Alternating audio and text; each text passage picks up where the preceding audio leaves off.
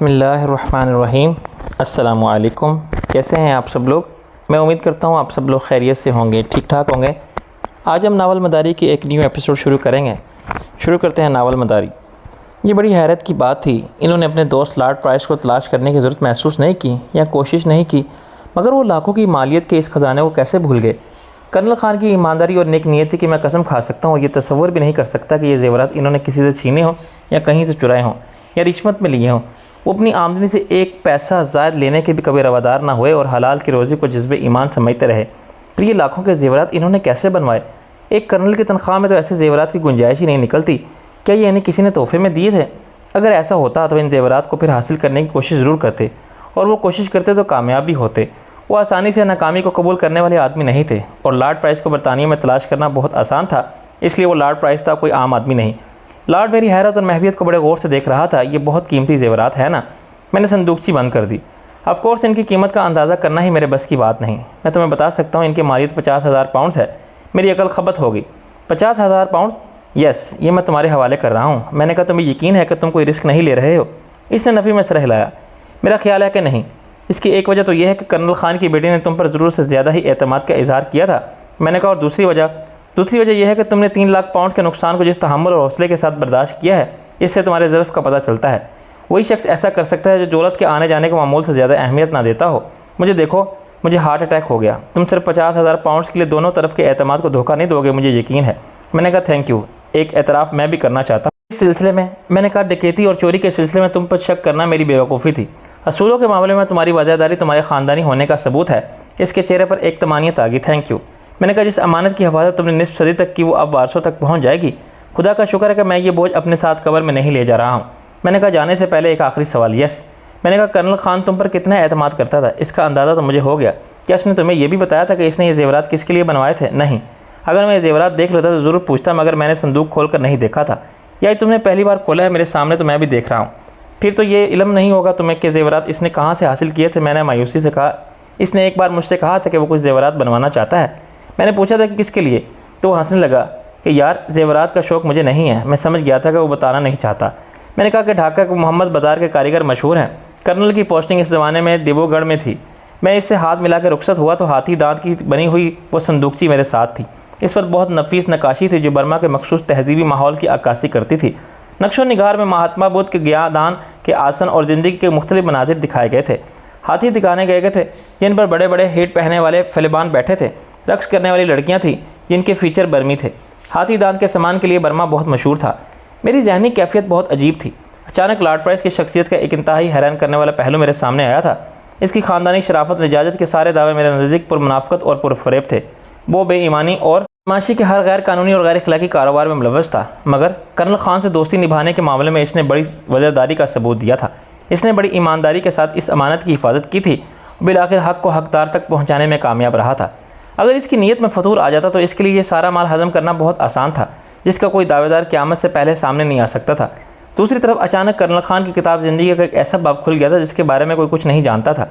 वो बज़ाहिर एक नज़्म व ज़ब्त वाली ज़िंदगी अपने असूलों की सख्त गिरी के साथ गुजारते थे, और इनसे इस्तिग़ना में तवक्कुल और कनात की जो शान दरवेशी थी, वो मैंने किसी और में नहीं देखी थी। लेकिन बाज़ औक़ात ऐसा महसूस होता था कि इनकी पुरतकस्सुर सादगी का शुआर रखने वाली शख्सियत भी पुरअसरारियत की बहुत सी नज़र ना आने वाली नकाबों के पीछे रूपोश है। इनकी ज़िंदगी के बहुत से गोशों तक शायद हमारी ज़ाहिर 20 नज़र न रसाई मुमकिन ही ना थी। मैं और चंदा इनकी माजी को आईने में पूरा देखने से कासिर थे, क्योंकि इनका असल अक्स वक्त के धुंधलों में छुपा हुआ था। वो ज़िंदगी की किताब को अपनी यादों के नहा खाने में महफूज रखते थे, और हमें सिर्फ इसके चीदा औराक की तहरीर सुनाना काफ़ी समझते थे। शायद हम सब ऐसा करते हैं। मैंने सोचा, हम अपनी ज़ात के मंज़र की सारी बदनुमाइयाँ छुपा लेते हैं, सब खामियों से नज़र चुराते हैं, और मजबूरी की हर कमज़ोरी की पर्दापोशी करते जाते हैं। अब दोपहर हो रही थी। मैंने लंच भी नहीं किया था, लेकिन मेरा कुछ भी खाने का मूड नहीं था। मैंने सोचा कि घर जाके एनी से कहूँगा कि मुझे काफ़ी के साथ सैंडविच बना देगी, लेकिन एनी घर पर नहीं थी। दरवाज़ा रोशनी ने खोला। इसकी खामोशी और उदासी से पता चलता था कि वो मुझसे कितनी बराम है। मैंने संदूची को स्टिंग रूम की सीनियर टेबल पर रखा और किचन में गया तो उठ के मेरे पीछे आई। क्या कर रहे हो? मैंने कहा, कुछ नहीं, अपने लिए काफ़ी बना रहा हूँ। और सैंडविच तुमने खाना नहीं खाया? मैंने कहा, नहीं, मौका ही नहीं मिला। तुम जाके बैठो, मैं लाती हूँ तुम्हारे खाने के लिए कुछ। मैं 10 मिनट तक जूते उतार के पाँव मेज़ पर रखे सोचता रहा कि आखिर रोशनी को कैसे मनाया जाए। इस मसले का हल अचानक मेरे जहन में ऐसे आ गया जैसे अलहामी कैफियत में साइंसदानों पर इनकशाफात होते रहे हैं। वो मेरे सामने काफ़ी का मग और सैंडविच की प्लेट रख के जाने लगी तो मैंने इसे रोक लिया। रोशनी यहाँ बैठो। वो सूजे हुए चेहरे के साथ बैठ गई। क्या बात है? मैंने कहा एनी कहाँ है? इसने तलख लहजे में कहा, मैं सेक्रेटरी नहीं हूँ कि इसके प्रोग्राम का मुझे इल्म हो और ना इसका मुझसे कोई ऐसा रिश्ता है। मैंने कहा तुम्हारे पासपोर्ट की तजदीद हो गई? हो गई। Very good. मैं सैंडविच खाता रहा, चक्कर नहीं लगवाए इन्होंने। सफारत खाने वाले इतने ज़िम्मेदार और कोऑपरेटिव कब से हो गए? मैंने महसूस किया कि खुद रोशनी भी मुझसे बात करना चाहती थी, वरना शायद वो मेरी बात सुनने के लिए यहाँ बैठना भी गवारा ना करती। वो किसी जहनी कशमकश से दो चार थी और शायद अपने मुंतशिर ख्यालात को ज़ुबान देने के लिए इसको सही अल्फाज के इंतखाब में दुश्वारी का सामना था। इसने बिलाखिर कहा, शाह आलम बेहतर है कि हम मामला तय कर लें। मैंने कहा हाँ, इत्तफाक से हमें ये तन्हाई मैसर आ गई है, इस वक्त सुनने वाला कोई नहीं, हम बात कर सकते हैं। मेरा ख्याल है कि एक दूसरे का साथ देने में ही हमारी भलाई है। मैंने कहा ये तो हमने बहुत पहले जान लिया था। मेरा मतलब था कि अगर तुमने मुझे धोखा देकर मुझसे जान छुड़ाने की कोशिश की तो क्या होगा? मैंने पुरसुकून रहते हुए पूछा। तुम्हारे हक़ में अच्छा नहीं होगा। मैंने कहा ये तो मैं जानता हूँ और इसलिए ये चाहता भी नहीं। नहीं, तुम ऐसा ही सोच रहे हो। मतलब पूरा होते ही तुम मुझे अपनी ज़िंदगी से ऐसे निकाल देना चाहते हो जैसे दूध से मक्खी। वो तेज़ होकर बोली, तुम समझते हो मैं तुम्हारी जान का अजाब बन के तुमसे चिमट गई हूँ? मैंने कहा नहीं, मैं ऐसा नहीं समझता। झूठ मत बोलो। मैंने खुद अपने कानों से सुना है तो मैंने से कह रहे थे। मैंने कहा यही तो मुसीबत है, तुम अल्फाज का मतलब गलत समझ रही हो। वो चिल्लाने लगी, बेवकूफ़ मत बनाओ मुझे। मैंने गरज के कहा, बेवकूफ़ी की बातें तुम कर रही हो, तुमने पूरी बात सुनी नहीं, चंद अल्फाज से एक नतीजा अखज़ कर लिया। ऐसे अगर कॉन्टेक्स्ट से अलग करके निकाला जाए तो सीधी बात भी का उल्टा मतलब निकल आता है। मत जाओ नमाज के करीब जब तुम नापाकी की हालत में हो। जो आदमी बात का मतलब यह ना निकाले कि नमाज से मना किया गया है कि मत जाओ नमाज के करीब, क्योंकि पागल ही हो सकता है। अरे बाबा, आगे भी तो देखो क्या कहा गया है। ठीक है, मैंने ऐसा ही कहा था, मगर कहा क्यों था? वो कुछ पसपा होगी, क्यों कहा था?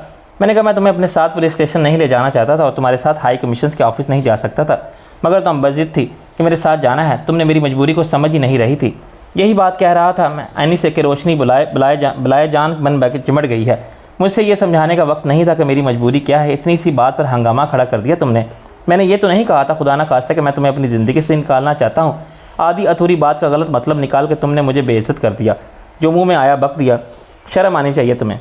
कल रात जो कुछ मैंने तुमसे कहा था वो बकवास थी, मदारी का तमाशा था, बेवकूफ़ बनाया था मैंने तुम्हें। आखिर क्यों, क्या ज़रूरत थी मुझे मदारी का खेल दिखाने की?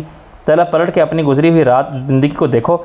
तुमसे ज़ाती फ़ायदा उठाने वाले गर्ज़मंद और हवस के भूखे कितने थे। शाह आलम ने कोई फ़ायदा नहीं उठाया तुमसे। इसने एक कारोबारी डील की थी तुमसे, तो इसमें भी फ़ायदा तुम्हें ही हुआ। बेवकूफ़ शाह आलम था कि जज्बाती हो गया तुम्हारे मामले में, तुम्हारी मुश्किलात और तुम्हारे मसाइल में उलझ गया। वरना यही काम इससे एक तिहाई रकम में कोई भी लड़की करने को तैयार हो जाती। क्या ज़रूरत थी मुझे तुम्हारे हालात में एक ज़ाती दिलचस्पी के साथ मुलव्वस होने की?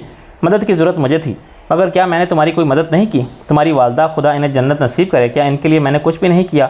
ना मैं एहसान जता रहा हूँ, ना नेकी का क्रेडिट लेना चाहता हूँ। मगर तुम इसे भी तो देखो।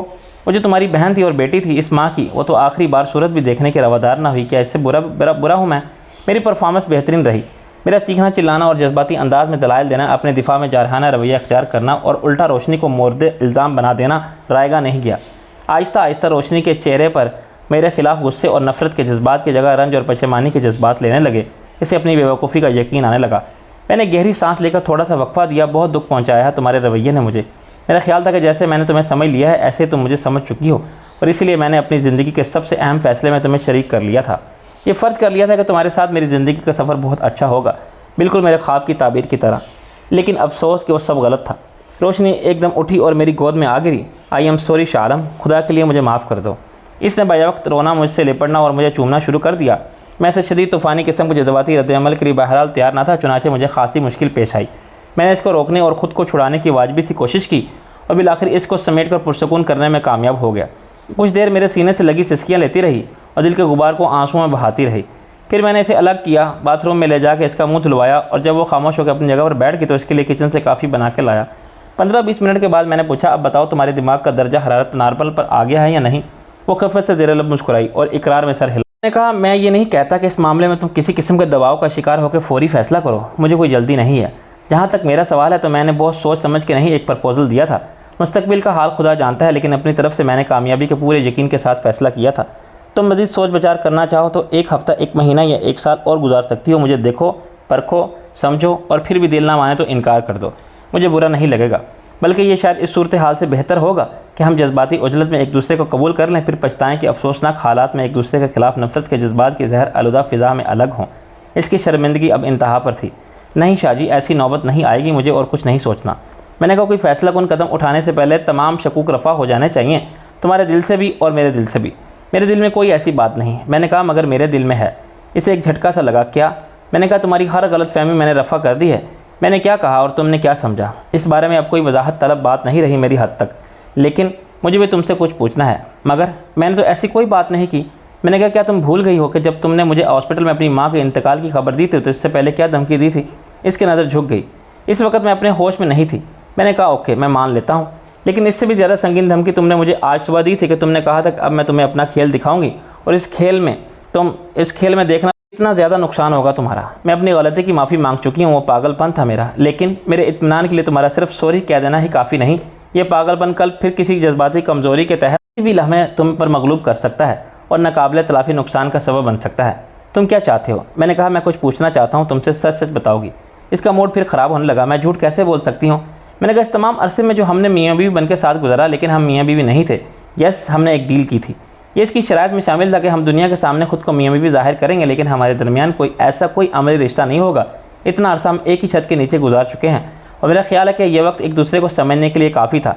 तुम्हें अच्छी तरह समझने और तुम्हारे बारे में एक राय कायम करने के बाद मैंने पहल की और तुम्हारे सामने अपना ख्याल रखा कि इस कारोबारी रिश्ते को हकीकी ज़िंदगी के रिश्ते में बदल जाना चाहिए, और तुमने मुझसे इत्तफाक किया। फिर अब पूछने के लिए क्या रह गया था? मैंने कहा पूछना यह था कि मेरे बारे में तुम्हारा क्या ख्याल है, मैं कैसा आदमी हूँ। इसने मोहतात लहजे में जवाब दिया, ज़ाहिर है कि अच्छे आदमी हो, वरना मैं ज़िंदगी भर के लिए तुम्हें कबूल कैसे करती। ये हो सकता है कि इस फैसले को कबूल करने में तुम्हारी कुछ मजबूरियों का दबाव शामिल हो। मैंने कहा ऐसी कोई बात नहीं। मैंने कहा तुम जानती हो कि मैंने तुमसे कितने झूठ बोले हैं। इसने कदरे तजब्जुब के साथ तस्लीम किया, झूठ तो बोले थे और मुसलसल बोले थे। क्या एक झूठा शख्स काबिल एतबार होता है? कभी तुम्हारे दिल में ये ख्वाहिश पैदा नहीं हुई कि तुम सच का पता चलाओ? वो कुछ मुस्तरब हुई। ख्वाहिश से क्या होता है, ये मुमकिन नहीं था। और कभी मैंने तजस्सुस से मजबूर होकर कुछ पूछा तो तुमने बड़ी बेरुखी और सख्ती के साथ मुझे रोक दिया, ऐसे कि मैंने खुद को सख्त बेइज्जत महसूस किया। मैंने कहा लेकिन तजस्सुस फिर भी बाकी रहा। तुम छुप छुप के हमारी बातें सुनती रही, मेरी और ऐनी की, मेरी और आकिल की और अब नवाज़ की। वो एक मुजरिमाना खामोशी के साथ अपने नाखूनों को दांत से कुतरती रही। मैंने कहा हकीकत तो यह है कि तुम पूरी जासूसी करती रही और ये देखती रही कि हम क्या करते हैं, कहाँ जाते हैं और किस वक्त आते हैं। वो तेज़ होकर बोली, मेरी जगह खुद को रख के सोचो तो क्या करते थे? मैंने कहा मैं बिल्कुल वही करता जो तुमने किया, लेकिन इसके बाद मैं हरगिज़ वो ना करता जो तुमने किया। क्या मतलब? मैंने कहा तुम जिस हद तक जासूसी कर सकती थी तुमने की, इसके नतीजे में तुम्हें क्या मालूम हुआ? अब इस बात को जाने दो। मैंने कहा नहीं, ये तुम पहले से जानती थी कि तुम मैं सच छुपाया हूँ। सच वही छुपाता है जो कोई गलत काम करता है, गैर इखलाकी या गैर कानूनी। मैं पाकिस्तान का एक सियासी लीडर था, दूसरे दर्जे का असम्बली का कारकुन था। मेरे पास डिप्लोमेटिक पासपोर्ट भी था, ये सच था। लेकिन मेरा कोई बहुत गलत कारोबार था, कोई नाजायज़ और गैर कानूनी धंधा था, जिसमें मेरे साथ जिम्मी जैसे बदमाश शरीक थे। राइट, ये अंदाज़ा यकीनन कर लिया था तुमने। क्या तुम समझती हो कि ऐनी और आकिल भी इस कारोबार में मेरे साथ शामिल हैं? रोशनी मुश्किल में पड़ गई। होंगे, मुझे क्या? मैंने कहा तुम नवादरात की चोरी और इसकी डकैती के वाक़यात को बड़ी दिलचस्पी और बारीक बीनी से तजिया करती रही हो, जिसमें मुझसे 3 लाख पाउंड छीन लिए गए थे। तुमने सारे अखबारात की रिपोर्ट में देखे, मकामी ख़बरें सुनी, हमारी सारी नकलो हरकत पर नज़र रखी। इससे क्या पता चला तुम्हें? क्या नतीजा अखज़ किया तुमने? रोशनी का हौसला जवाब देने लगा, खुदा के लिए छोड़ो ये बातें, कुछ पूछ रहे हो तुम ये सवालात, क्या अब मिलेगा तुम्हें इससे ज़रा से? मैंने कहा बहुत से शकूक को तुमने मुसलहत या मजबूरी के तकाज़ों की खाक डाल के दफन कर दिया था अपने दिल में और ये समझ लिया कि वो ख़त्म हो गया, लेकिन ये खुद फरेबी है तुम्हारी। गोली खा कर तुमने फ़र्ज़ कर लिया कि दर्द ही नहीं आर्जा भी मिट गया है, हालांकि तुम जानती हो कि इसका असर ख़त्म होगा तो दर्द भी लौट आएगा और आर्जा इलाज मांगता है। इसने अपना सर दोनों हाथों में थाम लिया। मुझे ऐसे परेशान मत करो, सीधी तरह बताओ तुम क्या चाहते हो? मैं उठ कर टहलने लगा। मैं तुम्हारे शकूक को रफ़ा करना चाहता हूँ, इन सवालों के जवाब देना चाहता हूँ जो तुम्हारे शऊर से लाशऊर तक हर जगह कीड़ों की तरह कलबला रहे हैं। मैं चाहता था कि तुम मुझसे सच पूछो, सच जानने की ख्वाहिश का खुल के इजहार करो, क्योंकि किसी भी लड़की को सच जानने का हक़ होता है, ख़ुसूसन इस शख्स के बारे में जिसके साथ इसे अपनी बाकी ज़िंदगी गुजारनी हो। लेकिन तुमने हक़ के मामले में मैं खुद अपने साथ एक समझौता कर लिया। हाँ, वो चीखती, समझौता ना करती तो क्या करती? मेरी मजबूरियों ने मेरी ज़ुबान पर ताले डाल दिए थे। मैंने जबर किया खुद पर, अपने शकूक और अंदेशों को मसलहत और ज़रूरत के नीचे दबा दिया। खुद को कायल कर लिया कि मैं एक झूठे, मक्कार, बदकिरदार और गलतकार इंसान के साथ निभा कर लूँगी, क्योंकि अगर वो शख्स किसी गैर कानूनी कारोबार में मुलव्विस था तो बारशोख भी था, दौलतमंद भी था। अगर इस धंधे में गैर इखलाकी थे तो क्या हुआ? वो खूबरू भी था और मशहूर भी था। ऐसे धंधे करके ही इसने दौलत और शोहरत और इज़्ज़त कमाई होगी, और अब वही कर रहा है जो ऐसे सब लोग कर रहे हैं। मैं बहुत मजबूर और बेबस थी शाह आलम। तुम नहीं जानते थे कि जिस लड़की का दुनिया में कोई ना हो वो कितना आसान शिकार बन जाती है, हवस परस्त भूखे भेड़ियों का। मुझे सहारे की ज़रूरत थी। जो एतमाद मुझे अपने आप पर था वो एक खुद फरीबी के सिवा कुछ नहीं था। अकेली औरत जो खूबसूरत जिस्म और हसीन चेहरा रखती और हर रात किसी दौलतमंद के शबिस्तान में गुजार के अभी इतनी दौलत नहीं कमा सकती जितनी तुम्हारी बीवी बन के मुझे मिल रही थी। एक घर मिल रहा था मुझे जिसे मैं अपना कह सकूँ। एक मेरी इज़्ज़त नफ्स और मेरे मुस्तकबिल को तहफ़्फ़ुज़ की पूरी ज़मानत हासिल हो रही थी। फिर मैं कैसे समझौता ना करती, कैसे मुस्तरद करती तुम्हें? तुम्हें एक चोर, डाकू या कातिल होते तब भी मैं तुमको अपना शोहर मान लेती। रोते रोते इसका हाल ख़राब हो गया, इसकी हिचकी बन गई। मैंने एक बार फिर इसे संभाला, पानी पिलाया और वह सब किया जो हिस्ट्रिया के मगलूब किसी औरत को पुरसकून करने के लिए नागुज़ीर हो जाता है, ख़ुसूसन इस वक्त जबकि वो औरत आपको अपना समझती हो, खुद सपुर्दगी के जज्बात में ताकत महसूस करती हो और आपको अपने ही घर का एतमाद देने वाली खलवत भी मैसर हो। तम इससे पहले कि जिस्मों की कुर्बत से तलब की आग भड़क के बेकाबू हो जाती, मैंने रोशनी को अकेला छोड़ दिया। वो इस एंटी क्लाइमैक्स से कुछ मायूस हुई। एनी और आकिल तो क्या कहते कि वो रात तक लौटेंगे। मैंने कहा तुम इससे मेरी बुज़दिली समझो, लेकिन मैं एहसास गुनाह से कोई मुफाहमत नहीं कर सकता। ये बात मैं तुम्हें पहले भी बता चुका हूँ कि तुम मेरी गर्लफ्रेंड नहीं हो, वो औरत हो जिससे मैं शादी करना चाहता हूँ। शादी एक मुक़द्दस अहद के साथ तमाम ज़िंदगी की रफ़ाकत का नाम है। इसका आगाज़ एक गुनाह से नहीं कर सकता। इस लेक्चर से वो कुछ बोर हो गई। तुम्हारे इखलाकी असूलों का तज़ाद भी बड़ा अजीब है। एक तरफ तुम सारे गैर इखलाकी और गैर कानूनी काम करते हो, दूसरी तरफ बिल्कुल रुजत पसंद मिला हुआ। शराब को हाथ नहीं लगाते, औरत से दूर भागते हो। मैंने कहा तुम्हें तो खुश होना चाहिए और खुदा का शुक्र अदा करना चाहिए कि तुम्हारा होने वाला शोहर अय्याश नहीं है, वरना इसके सारे मशागल शादी के बाद भी जारी रहते तो तुम सर पकड़ कर रोती। वो मुस्कुराई, फिर ये बाकी का गलत काम क्यों नहीं छोड़ देते? मैंने कहा क्या तुम जानती हो कि वो गलत काम क्या है? मुझे अब इस मौजू से कोई दिलचस्पी नहीं रही। वो बोली, मैंने कहा लेकिन मैं फिर भी तुम्हें बताऊंगा कि मैं लंदन में क्या कर रहा हूँ। एक ज़माना था कि मेरा बनवास के साथ मिलकर पाकिस्तान से नवादरात स्मगल करता था। हम तारीखी अहमियत की हामिल हर चीज़ मुख्तलिफ ज़राए से हासिल करते थे। हमारे कारिंदे सरकारी हुक्काम को रिश्वत देकर साथ मिलाते थे और हम इन मकामात पर गैर कानूनी खुदाई करते थे जहाँ से आसार कदीमा के मिलने की उम्मीद हो। बहुत सी नायाब अशिया हमें पुरानी ख़ानदानी हवेलियों से भी मिल जाती थी जहाँ इन्हें बुजुर्गों की निशानी के तौर पर महफूज रखा जाता था, मगर ज़्यादातर नवादरत हम सरकारी हुक्काम को साथ मिला के म्यूज़ियम से चोरी कराते थे। चोरी होने वाली अशिया की जगह हम नकली चीज़ें रखवा देते थे। दस्तकारी के नमूने, सिक्के, पुराने ज़रूफ़ और मुजस्समे, ज़ेवरात और अजायब खानों में मिलने वाली हर चीज़ की नकल बनाने वाले माहिर कारीगर थे हमारे पास। पाकिस्तान में इन चीज़ों का कोई ना कोई कदरदान है और नाम हाफिज़। वहाँ हर शख्स अपनी इस्तिताअत और हिम्मत के मुताबिक किसी न किसी शोबे ज़िंदगी में लूट मार करके अपना ख़जाना भर रहा है और इसे पूछने वाला कोई नहीं। जो पूछता है वो बिलाखिर खुद भी चोरों से के साथ मिल जाता है। एंटी करप्शन वाले सबसे ज़्यादा करप्शन मचाते हैं। इंसदाद मनशियात वाले सबसे ज़्यादा मनशियात के धंधे में मुलविस हैं। एंटी बर्गलरी वाले चोरों के सरपरस्त हैं। अलिया हाजुल कयास। हम भी चोरी की और जाली नवादात बाहर भेज के खूब दौलतमंद हो रहे थे। हज़ारों की चीज़ें बैनुल-अक़वामी मार्केट में पहुँच के लाखों की हो जाती थी और यह सिलसिला जारी था। सारी दुनिया हमारे ख़रीदार। कुछ हैरानी और कुछ दिलचस्पी से मेरी बात सुन रही थी। एनी भी इस कारोबार में तुम्हारे साथ शामिल थी? मैंने कहा नहीं, पाकिस्तान के सियासी हालात में इनकलाब आते ही रहे हैं। एक वक्त ऐसा आया कि मेरा सियासी कैरियर तकरीबन ख़त्म हो गया था। वतन में मेरे दुश्मन इतने ताकतवर हो गए थे कि मेरा वहाँ रहना भी मुश्किल हो गया था। मैंने लंदन में जिला वतनी इख्तियार कर ली। अगर तुम्हें सियासत से थोड़ी बहुत भी दिलचस्पी हो और लंदन में रह कर तुमने पाकिस्तान के हालात की खबर रखी होती तो तुम्हें सब मालूम होता। मैं तफसील से गुरेज कर रहा हूँ क्योंकि तमाम वाक़यात को दोहराना मुमकिन नहीं। ये बड़ी लंबी कहानी है जो मैं कभी फ़ुर्सत में सुनाऊँगा अगर तुमने सुनने की ख्वाहिश की। यहाँ लंदन में रह कर मेरे ख़यालात में तब्दीली आई। बुरा वक्त आदमी को अब बड़ा अच्छा सबक देता है। मेरी भी आंखें खुली तो मैंने सोचा कि मैं ये क्या कर रहा हूँ। मैंने अपनी सियासी गलतियों को शुमार किया और अपने सियासी ज़ारदार को असबाब पर गौर किया तो मुझे अपने आप से बड़ी शर्म आई कि सियासत के नाम पर भी आवाम के साथ कैसा पुरफरेब मदारी का तमाशा कर रहा था। ऐसा सिर्फ मैं ही नहीं कर रहा था। पाकिस्तान के अवाम के सामने आने वाला हर लीडर या फ़ौजी हुक्मरान एक सियासी शोबा गुर है जो अपनी डुगडगी बजाता है और अपनी खेल दिखा के चला जाता है, तो लोगों को पता चलता है कि ये भी मदारी था। मैं सिर्फ बात कर रहा हूँ। सब की तरह मैं भी किसी से मुखलिस नहीं था। मैं भी सियासत से ज़ाती फ़ायदे हासिल कर रहा था और जिसे करप्ट हुक्मरान, वज़ीर और सियासतदान, बदउनवान ब्यूरोक्रेट और बेईमान इंतज़ामिया ऊपर से नीचे तक हर बेज़मीर और बदकिरदार और शख्स की जिस तरह दोनों हाथों से मुल्क को लूट रहा था, ऐसे मैं भी लूट रहा था। जब मेरे ख़यालात और नज़रियात में तब्दीली आई तो मुझे अपने पेशे से भी नफ़रत हो गई। अपने ही मुल्क के तहज़ीबी और तारीख़ी विरसे, आसार कदीमा और नवादरात को चुरा के लाना और आलमी मंडी में डाकुओं के हाथ फ़रोख्त कर देना ऐसा ही था जैसे कोई अपने ही घर के डेकोरेशन पीस उतार कर चोरों के हाथ कौड़ियों के मोल बेच दे। मैं तो घर का मालिक था और मैं ही घर को खाली कर रहा था। ये एहसास होने के बाद मैंने फ़ैसला किया कि अब मैं अपनी वजह से होने वाले नुकसानात की तलाफ़ी करूँगा और दूसरे चोरों को भी पकड़ दूँगा ताकि ये सिलसिला रुक जाए। ये आसान काम नहीं था। अकेला चना भाड़ को नहीं फोड़ सकता था। शायद अपने मकसद में कामयाब होने से पहले मुझे जान से हाथ धोने पड़े। ये नवादरात की माफिया भी मनशियात की माफिया से कम ताकतवर नहीं थी। ये सिर्फ पाकिस्तान से ही नहीं, दुनिया भर से नवादरात स्मगल करते हैं और अंडरग्राउंड मार्केट के ताजरों के हाथ फ़रोख्त करते हैं। मैंने फ़ैसला किया कि मैं जिन चोरों और जालसाज़ों को जानता हूँ इनके रास्ते ज़रूर रोक दूँगा। ये भी बहुत मुश्किल और ख़तरनाक काम है। नवादरात की माफिया को सरकारी हुक्काम की सरपरस्ती हासिल है। महकमा आसार कदीमा के चोरों से पुलिस और कस्टम के अमले तक सैकड़ों हज़ारों लोग पाकिस्तान को इसके तारीखी विरसे से महरूम करने के मज़मूम कारोबार में शरीक हैं और चोरी के माल की खूब कीमत वसूल कर रहे हैं। वो सब मेरी जान के दुश्मन हो जाएंगे।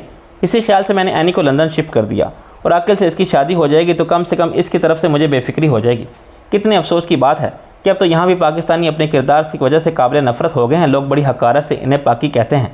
मैंने कहा, करप्शन का जहर ऊपर से नीचे की तरफ फैलता जा रहा है और कोई नहीं जानता कि इसका इंजाम क्या होगा। बीमारी के मोहलक नताइज सबको मालूम है, मगर इसका इलाज कोई नहीं। तो मसीहा बन के आता है, बाद में पता चलता है कि वो भी एक मदारी था। एक नया तमाशा दिखा के इसने अपना उल्लू सीधा किया और गया। रब नवाज एक जद्दी पुश्ती जागीरदार था, अब वो सनतकार भी बन गया है। इसका ख़ानदान शुरू से सूबाई असम्बली की एक सीट पर काबिज है और इसके आबाई हल्के में कोई इसके मुकाबले में खड़ा होने की जुर्रत नहीं कर सकता। वडेरा शाही के बेज़मीरी, बदकिरदारी और बदमाशी के सारे आयब इस विरसे में मिले हैं। वो पाकिस्तान से नवादरा चोरी कराता था, ख़रीदता था और बनवाता था और ये ज़ख़ीरा मेरे हवाले कर देता था। मैं एक सियासी पार्टी का सरबरा और असम्बली का मेंबर होने के नाते VIP था। मैं अपने डिप्लोमेटिक पासपोर्ट, अपनी सियासी साख से फ़ायदा उठाते हुए माल को क्लियर कराता था और लंदन ला के जिम्मी के हवाले कर देता था। उसे लॉर्ड प्राइस जैसे बड़े बड़े ख़रीदारों के हाथ फ़रोख्त कर देता था और इनके ज़रिए ये माल मार्केट में पहुँचता था, जहाँ से इसे दुनिया भर के ख़रीदार ले जाते थे। मैं ऐसे 44 ख़रीदारों से वाकिफ़ हूँ जो हमारा माल उठाते थे। ये फैसला करने के बाद अब मुझे वतन फ़रोश चोरों का साथ नहीं देना चाहिए, बल्कि इनके खिलाफ महाज बनाना है। मैंने इस बार एक ख़तरनाक खेल खेला। पाकिस्तान से मुझे रब नवाज ने नवादरात की एक खेप भेजी, वो मैंने जिमी को पहुंचा दी। फिर दूसरी खेप आई, इसका भी सौदा हो गया, लेकिन हमेशा की तरह मैंने इसकी कीमत वसूल करके रब नवाज को नहीं पहुंचाई और इसे मैंने अपना हिस्सा वसूल नहीं किया। तुमने सारी रकम हज़म कर ली? मैंने कहा, हाँ। मैंने एक डकैती का ड्रामा किया जिसमें एनी और आकिल ने भी मेरी मदद की। फिर मैंने वह सब नवादरात भी वापस उठा लिए जो लॉर्ड प्राइस ने ख़रीद लिए। अब ये मत पूछो कि मैंने ये सब कैसे किया। ये मेरा मिशन कामयाब रहा। सदमे से लॉर्ड प्राइस को हार्ट अटैक हो गया। अब वो हॉस्पिटल में मौत और ज़िस्त की कशमकश में पड़ा हुआ है। जिम्मी चोरी और डकैती के इल्ज़ाम में पकड़ा जा चुका है और मैं बिल्कुल महफूज हूँ। मुझे मालूम है कि जिम्मी के खिलाफ कुछ पुराने मामलात भी उठ खड़े हुए हैं जिनमें कत्ल जैसे इल्ज़ाम शामिल हैं। इससे लंबी कैद होगी। इन दोनों ने मेरे हाथों जितना फ़ायदा हासिल किया था वो सब बराबर हो गया। अब मैं सारे नवादरात पाकिस्तान ले जाऊँगा। है कि पाकिस्तान से ये नवादरात कहाँ कहाँ गए हैं, मैं वो वापस हासिल करने की कोशिश करूँगा। मैं ये भी जानता हूँ कि पाकिस्तान में चोर कौन है, जालसाज कौन है, चोरों के रास्ते और मौके कहाँ हैं और चोर डाकुओं की सरपरस्ती करने वाला कौन है। और तुम इन सब को निस्तो नाबूद कर दोगे। आफरीन है तुम पर। रोशनी के तंज आमेज तमस्सुर के साथ कहा था। अभी तुम मेरा मजाक उड़ा सकती हो, लेकिन नीयत नेक हो और हिम्मत हो तो कोई काम नामुमकिन नहीं रहता और खुदा तौफीक दे तो सब हो जाता है। तहम मैं कोई दावा नहीं कर रहा हूँ। मेरा एक मिशन है, वो नाकाम भी हो सकता है और कामयाब भी। ये सब तुम्हें बताने का मकसद कुछ और था। यहाँ मेरी पुरअसरार और मुजरिमाना सरगर्मियों के पीछे क्या अवामिल कारफरमा थे, ये बात तुम्हारी समझ में आ जाए। मैंने तुमसे जितने झूठ बोले थे इसके लिए बोले कि मैं कबल अज़ वक्त रात के अफशा होने से डरता था। अब तुम्हें ये डर नहीं। मैंने कहा, नहीं, अब तुमने हकीकत जान ली है। तुम्हें अंदाज़ा हो गया है कि मैंने कोई गलत काम नहीं किया था। ये तुम कैसे कह सकते हो? क्या तुमने मेरे सामने इतराफ़ नहीं किया कि 3 लाख पाउंड की डकैती का ड्रामा जो खुद तुमने किया था? लेकिन मेरा मकसद क्या था ये जान लिया तुमने। रोशनी का कानून की नज़र में तुम बहरहाल मुजरिम हो। क्या तुम भी ऐसा समझती हो? इसने सोच के जवाब दिया, तुम यकीनन ये चाहते हो कि मैं इस मामले को तुम्हारी नज़र से देखूं। क्या यह तवक्का रखना गलत होगा? मैं इसका इजहार तुम्हारे और मेरे ताल्लुक़ की नौयत पर है। तुम हर औरत से ये तवक्का नहीं रख सकते कि वो तुम्हारे जहन से सोचे। जिसे तुम गलत कहो वो उसे गलत समझे, जिसे तुम ठीक कहो वो उसे ठीक समझे। तुम्हारे दरमियान जज्बाती रिश्ता इतना मजबूत हो कि तुम्हारी खातिर दिन को दिन कहे और रात को रात, सफ़ेद को सफ़ेद और स्याह को स्याह। और गैर कानूनी क्या बात है? और ऐसा रिश्ता तो माँ का हो सकता है या फिर बीवी का। मैं इसे हैरानी से देखता रहा। ज़रा सी देर में इसका लहजा, अंदाज़ और रवैया सब गैर जज्बाती और कारोबारी सा हो गया। इसने मुझ पर वाज़ह कर दिया था कि वो हर मामले में मेरा साथ दे सकती है, बशर्त ये कि मैं भी इसे ज़हनी और अमली तौर पर शरीक हयात का दर्जा दूँ, वरना इसका मेरे मौक़िफ़ से गैर मशरूत इत्तफ़ाक़ बिल्कुल ज़रूरी नहीं। शायद मैंने इसके सामने अपने कॉल फेल की वजाहत करके कोई अक्लमंदी नहीं की थी। मुझे इसकी गैर मशरूत तायद हमायत हासिल नहीं हुई थी। उल्टा वो सूरत हाल की पूरी तस्वीर को बिखरे हुए छोटे छोटे टुकड़ों की बजाय एक फ़िल्म की सूरत में देखने लगी थी। मैंने इसे जो भी बताया था वो तकरीबन सच ही था। तकरीबन इसीलिए कि मैंने इसे अपने ख़यालात नज़रियात में तब्दील की असल वजह बयान नहीं की थी। इसे ये नहीं बताया था कि नवादरात का स्मगलर शाह आलम था, मगर मैं शाह आलम नहीं, नासिर अज़ीम हूँ। ये मेरी बदकिस्मती थी कि मेरी और शाह आलम की सूरत इस हद तक मिलती थी। कुछ अर्सा नासिर अज़ीम को शाह आलम बन के जीना पड़ा, कुछ हालात की सिफारिश की वजह से और कुछ नासिर अज़ीम की अपनी बेवकूफ़ी की वजह से। शाह आलम तो मर गया, मगर नासिर अज़ीम इस दोहरी ज़िंदगी के आसे में अभी तक गिरफ्तार है और इस गलती का कफ़ारा अभी तक अदा कर रहा है। अगर मैं रोशनी को यह भी बता देता तो शायद ये मेरी ज़िंदगी की दूसरी सबसे बड़ी गलती होती और मेरा शाह आलम को दुनिया से रुखसत करने का सारा प्लान चौपट हो जाता। मैंने रोशनी से ज़्यादा बहस नहीं की। किसी हद तक मुझे अंदाज़ा हो गया था कि ये मोहब्बत नहीं, बहुत सी मजबूरियों का सिलसिला है जिनकी वजह से अब वो मुझे मजबूर कर रही है कि मियाँ बीवी का रोल अदा करने के बजाय हम हकीकी ज़िंदगी में भी ये किरदार अपना लें। इसलिए तस्लीम कर लिया था कि मुझसे शादी करके वो तहफ़्फ़ुज़ चाहती है, क्योंकि वो अकेली है, इसे एक घर की ज़रूरत है। मेरे पास इज़्ज़त, दौलत, शोहरत सब कुछ है। इन हालात में वो किसी चोर, डाकू या कातिल को भी अपना मजाजी खुदा तस्लीम कर सकती है। रोशनी के मामले में मुझसे एक नहीं बहुत सी गलतियाँ सरजद हुई थी। एक तो मैं इंसानी हमदर्दी के नाते जज्बाती हो गया था और इसकी माँ को हॉस्पिटल से अपने घर ले आया। मुझे इसकी ज़िंदगी के निजी मामलात में मुलव्वस होने की कोई ज़रूरत नहीं थी, क्योंकि इसका और मेरा एक खालिश कारोबारी ताल्लुक़ था। दूसरी गलती ये हुई कि मैंने आयनी को भी इस घर में रखा। इसी तरह रोशनी को हमारी ज़िंदगी अंदाज़ी का ज़्यादा मौका मिला और इसने हालात से ज़्यादा फ़ायदा उठाया। बज़ाहिर लाताल्लुकी बेनियाज़ी का मासूम अंदाज़ इख्तियार करते हुए इसने चोरी छुपे हमारी नकलो हरकत पर नज़र रखी और छुप छुप के हमारी बातें सुनती रही। इसका मुकम्मल एतमाद हासिल करने के लिए रोशनी के इजहार इश्क भी मेरी गलती बन गई, क्योंकि बाद में मेरी बेहतियाती के बाद रोशनी मेरे लबों से निकलने वाली एक ऐसी बात सुन ली जिसने मेरा भांडा फोड़ दिया और बेवकूफ़ बनने की बजाय रोशनी मुझसे बदजन हो गई। फिर इस गलती पर वजाहतों का पर्दा डालने की कोशिश भी एक गलती बन गई और इन तमाम गलतियों के नतीजे में रोशनी की गिरफ्त मजबूत से मजबूत तर होती गई। अब वो इस पोजीशन में थी कि मुझसे अपनी हर बात मनवा सके। अब मुझे एहसास हो रहा था कि मैंने इससे 60,000 पाउंड में बीवी का किरदार अदा करने का जो सौदा किया था, अगर मैं अपने ताल्लुकात को इस डील तक महदूद रखता तो आज इसके दबाव से आज़ाद होता।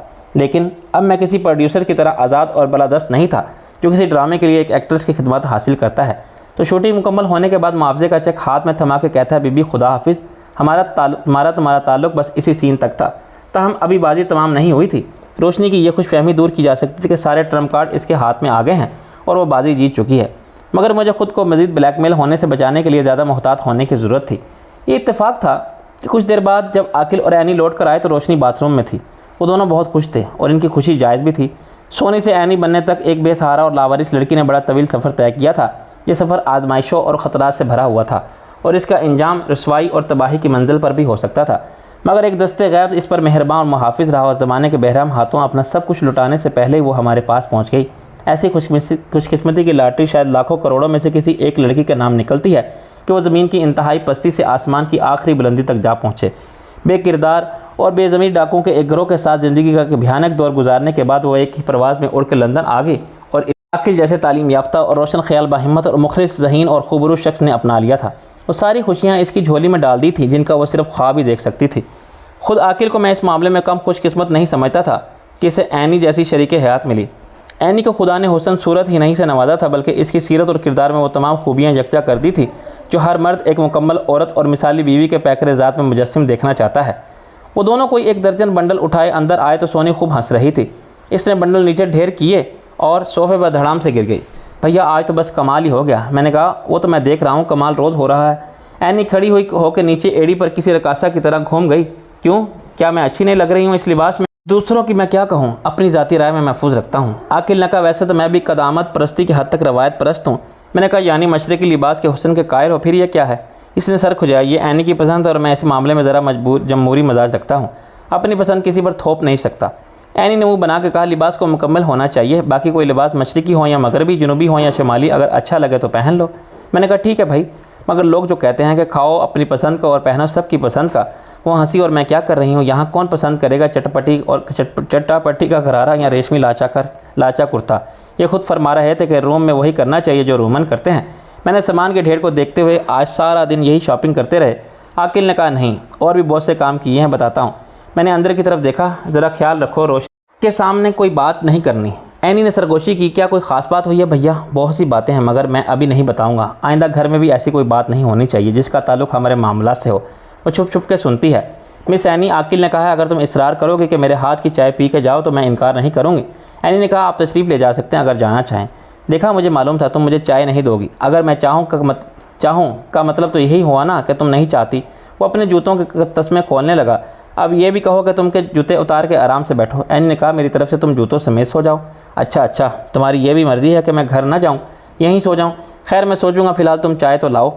इसी वक्त रोशनी बाथरूम से निकल आई। इसने ज़मीन पर पड़े हुए सामान के ढेर को देखा। आगे तुम लोग ये क्या कुछ उठा लाए हो? आकिल ने कहा, कोई चीज़ नहीं, बस असबाब खानादारी। दरअसल आज खातून खाना ने इस नाचीज़ कबाड़ी के कबाड़ खाने का दौरा किया तो मालूम यह है कि वहाँ टूथब्रश से टीवी तक कोई भी ऐसी चीज़ नहीं जो रखने के काबिल हो, सिवाय तुम्हारे। मैंने कहा, रोशनी चीज़ें उठा कर देखने लगी। कब तक प्रोग्राम है खाना आबादी का? आकिल बोला, मैं पहले भी अपना बयान रिकॉर्ड करा चुका हूँ। मैं तो चाहता हूँ आज और अभी, लेकिन आप लोग दकियानुसी ख्यालात रखने वाले बुज़ुर्ग रस्मों और रिवाजों के चक्कर में देर कर रहे हैं। मैंने कहा, अब इसकी गुंजाइश नहीं रही। अगले 2-3 दिन में हम जाना चाहते हैं, चुनाचे मेरा ख्याल है कि अब तुम्हारे मामले को मज़ीद मौखर नहीं किया जा सकता, ताहम कुछ मुश्किलात हैं। वो सोफे पर लेट गया। वैसे तो ज़िंदगी मुश्किलात से इबारत है और मुश्किलों के बगैर जीना भी क्या जीना, लेकिन इस मामले में क्या मुश्किल है? शादी खुद एक मुश्किल है, बल्कि ज़िंदगी का बाब मुश्किलात है। मैंने कहा, मैं इंतज़ामी मुश्किलात की बात कर रहा था। यहाँ सबसे बड़ी आसानी यही कि इंतज़ाम कुछ नहीं करना पड़ता। मैंने कहा, हाँ, अब यही होगा। 2 गवाहों की मौजूदगी में निकाह पढ़वा दिया जाएगा और मैं एनी का हाथ तुम्हारे हाथ में दे दूँगा। रोशनी ने कहा, ऐसे ही होती है शादियाँ यहाँ। आकिर बोला, इसमें ज़्यादा जज्बाती और उदास होने की ज़रूरत नहीं। अज़दवाजी ज़िंदगी की कामयाबी हरगिज़ इस धूमधाम से मशरूत नहीं जो सैकड़ों अफराद की बारात और वलीमे से होती हैं। मैंने कहा, यह तो खैर ठीक है, असल चीज़ है एक ज़िम्मेदारी का एहसास। तुम्हारा क्या ख्याल है, ये एहसास ज़िम्मेदारी मुझ में है? मैंने हंस के कहा, अगर मुझे इसका यकीन ना होता तो मैं इतना बड़ा फ़ैसला कर सकता था। क्या मैं ये रिस्क लेता कि इस बेवकूफ़ छोटी सी लड़की को, जो मेरी बहन है, वतन से हज़ारों मील दूर जहाँ इसका कोई भी नहीं है, अकेला छोड़ जाऊँ? आकिल ने कहा, तुम बिल्कुल रवायती किस्म के बड़े भाई या बहन के अब्बा की तरह सोच रहे हो। ना वो बेवकूफ़ है, ना छोटी सी लड़की और ना अकेली।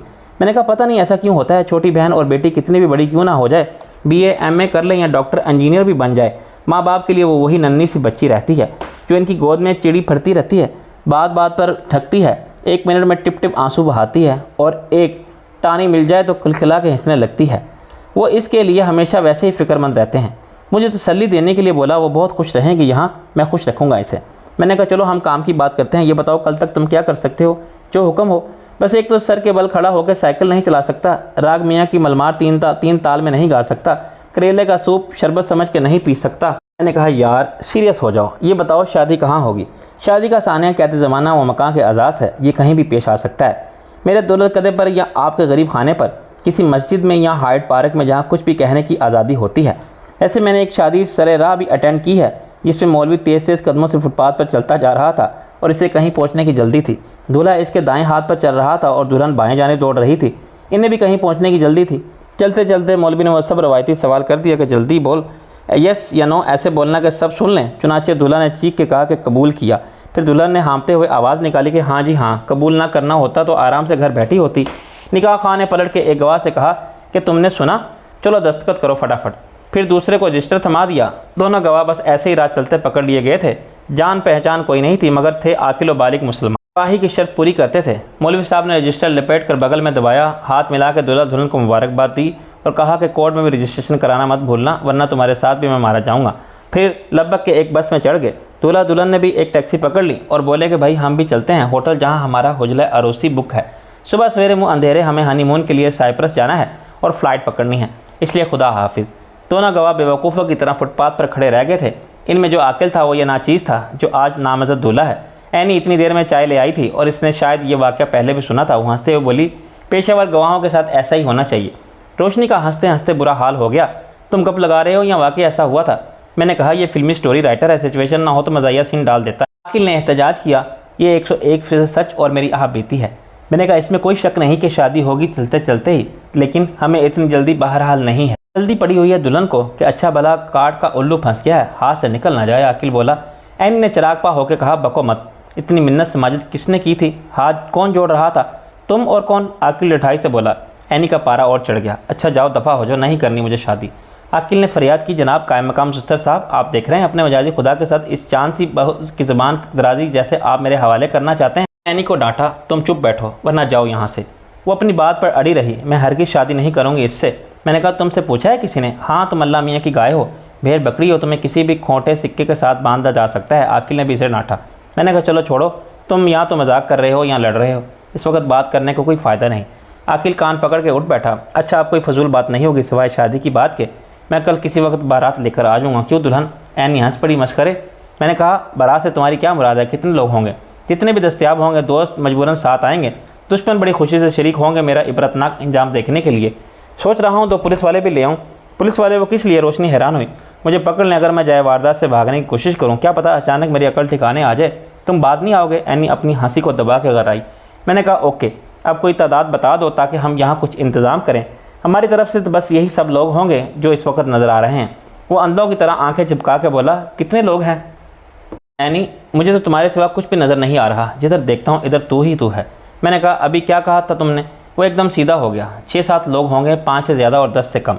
इनमें एक मौलवी भी शामिल है। वो दोस्त है मेरा और हफ्ते में एक बार जुम्मे की नमाज़ पढ़ाने एक कम्युनिटी सेंटर जाता है। खुतबा बहुत अच्छा देता है। अरबी का आलिम है मगर अंग्रेज़ी पढ़ाता है। बाकी सब मेरे जैसे हैं, ना पूरे सहाफ़ी ना पूरे अदीब, आधे तीतर आधे बटेर। लंदन में झक मार रहे हैं क्योंकि पाकिस्तान में झक भी नहीं मार सकते थे। मैंने कहा, आज मैं फ़ोन पर नीलम से बात कर लूँगा। बात क्या करनी है, इसे बताना है कि वो खासी मायूस होगी लेकिन कुछ नहीं हो सकता। हाँ, बदकिस्मती से है कि इसे अभी तक मेरे जैसा एक नहीं मिला, वरना हज़ारों खड़े हैं लाइन में। आकिल आप भर के बोला, कितनी फ्रस्ट्रेशन होगी इसे ऐनी की शादी की खबर से। मैंने कहा, बेहतर है कि अब तुम जाओ वरना मार खाओगे मुझसे। वो दर्दनाक आवाज़ बना के बोला, अभी से UIP सलूक हो रहा था, ये होने में अभी घर का दामाद के साथ। रोशनी हंसी। ये यूआईपी कौन होता है? इन इम्पोर्टेंट पर्सन, गैर अहम शख्स, नाचीज़ भी कहते हैं इसे।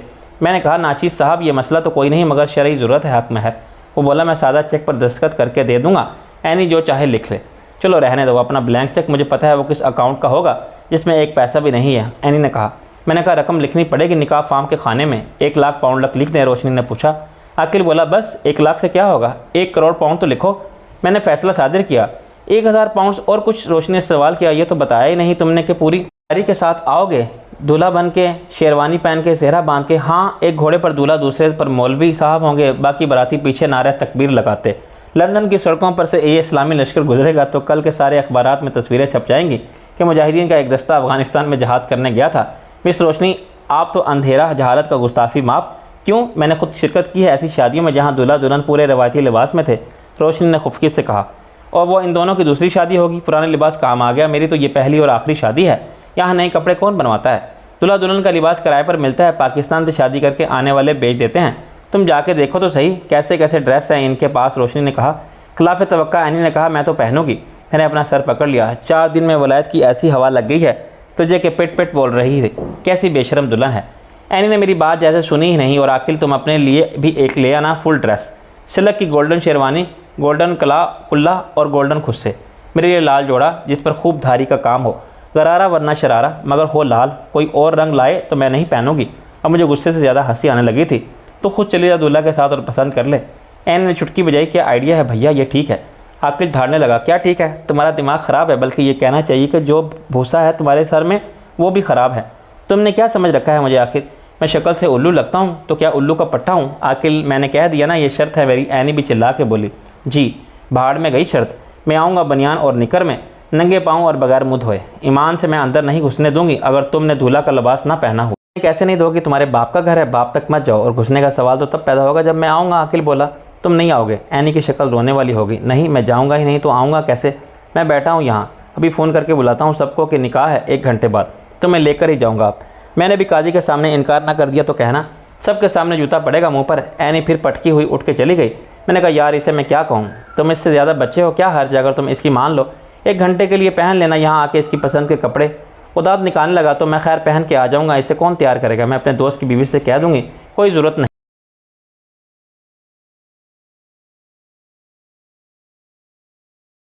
कोई ज़रूरत नहीं, मैं अपने दोस्त की बीवी से कह दूँगी। मैं जो हूँ, रोशनी ने कहा, हम एक दूसरे की मदद कर सकते हैं, वरना मैं अपनी बहन को बुला लूँगी। और दुल्हन मेकअप की एक्सपर्ट है, लंदन में बड़े मुआवजे पर बुलाया जाता है इसे। पाकिस्तान और इंडियन ख़ानदानों की शादियाँ बहुत होती हैं, बल्कि मेरा तो ख्याल है कि सब कुछ इस पर छोड़ दिया जाए तो वो हर चीज़ अपने साथ ले आएगी। इसे मालूम है कि सबके लंदन में कौन सी चीज़ कहाँ अच्छी मिलती है। दोपहर के बाद 2-3 घंटे वो फ्री होती है। 100 पाउंड हंसी खुशी दे देते हैं लोग इसे। हम भी दे देंगे। पैसे के मामले में वो बड़ी कमीनी है, छोड़ेगी नहीं बहन को भी। मैं जानती हूँ। अपनी धुन में बोलती जा रही थी। अचानक इसे एहसास हुआ कि बाकी सब लोग खामोश होकर इसे देख रहे हैं। मैंने कहा मैं भी जानता हूँ कि तुम्हारी बहन को बहुत अच्छी तरह, रोशनी। खुद तुमने बहुत कुछ बता दिया इसके बारे में, और फिर खुद मैं तुम्हारी माँ की मौत पर देख लिया था कि वो किस कदर कमीनी है। मगर मैं यहाँ किसी कमीने या कमीनी को मद्दू नहीं कर रहा हूँ, आकिल ने कहा। इसके अलावा शादी हमारी हो रही है, मेरी और एनी की, रोशनी ने मजबूत लहजे में कहा। मेरे घर में पहले मेरी शादी होगी, फिर किसी और की।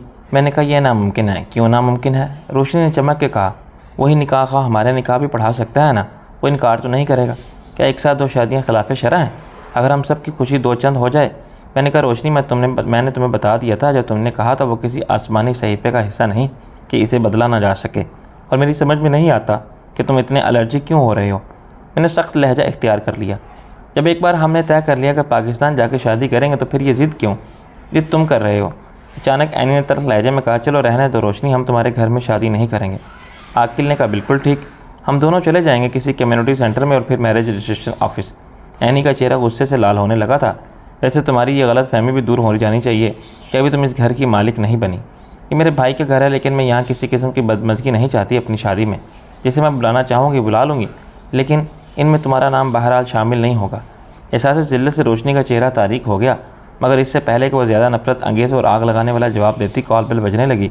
और बदकिस्मती से वो मुहावरा सही हो गया कि शैतान को याद किया जाए तो वो फ़ौरन हाजिर हो जाता है। आकिल ने दरवाज़ा खोला और खुशबू का झोंका बनी एक लड़की सीधी अंदर आ गई। वो सरतापा मगरबी तहजीब का शाकार थी, लेकिन अपनी सूरत के नकुश और सांवली रंगा से वो एशियाई लड़की ही नज़र आती थी।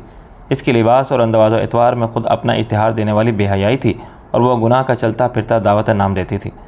तारुफ़ होने से पहले मैं समझ गया कि वो रोशनी की बहन के सिवा कोई और हो ही नहीं सकती। एक तो इसलिए कि इस घर में इतनी बेबाकी से कोई अजनबी लड़की दाखिल नहीं हो सकती थी। फिर इसे देखते ही रोशनी लपक के उठी। मैं समझ गया सूरत हालात किस हद तक ख़राब हो सकती है। इसका आना मेरे लिए किसी तरह नहुसत के नाजिल होने से कम न था, क्योंकि इस वक्त मुखालिफ जज्बात की आग पहले ही भड़की हुई थी। रोशनी की बहन इस पर तेल डाल के इसे और भड़का सकती थी। रोशनी ने इसे गले लगा के कहा, शेरी तू अचानक बगैर बताए। वह हम सब पर नज़र डाल के बोली, मैंने सोचा तू नाराज़ हो कि तुझे मना लूँ, वैसे आज मेरा डे ऑफ था और ज़रा तेरे ठाट बाट भी देखने थे। रोशनी ने बड़ी मानी खैज मुस्कुराहट के साथ इसका तारुफ़ करवाया। ये मेरी बहन है बशीरा, यहाँ सब शेरी के नाम से जानते हैं। और शेरी ये आकिल है, एक जर्नलिस्ट और स्टोरी राइटर। शेरी ने मुँह गोल करके सीटी बजाई।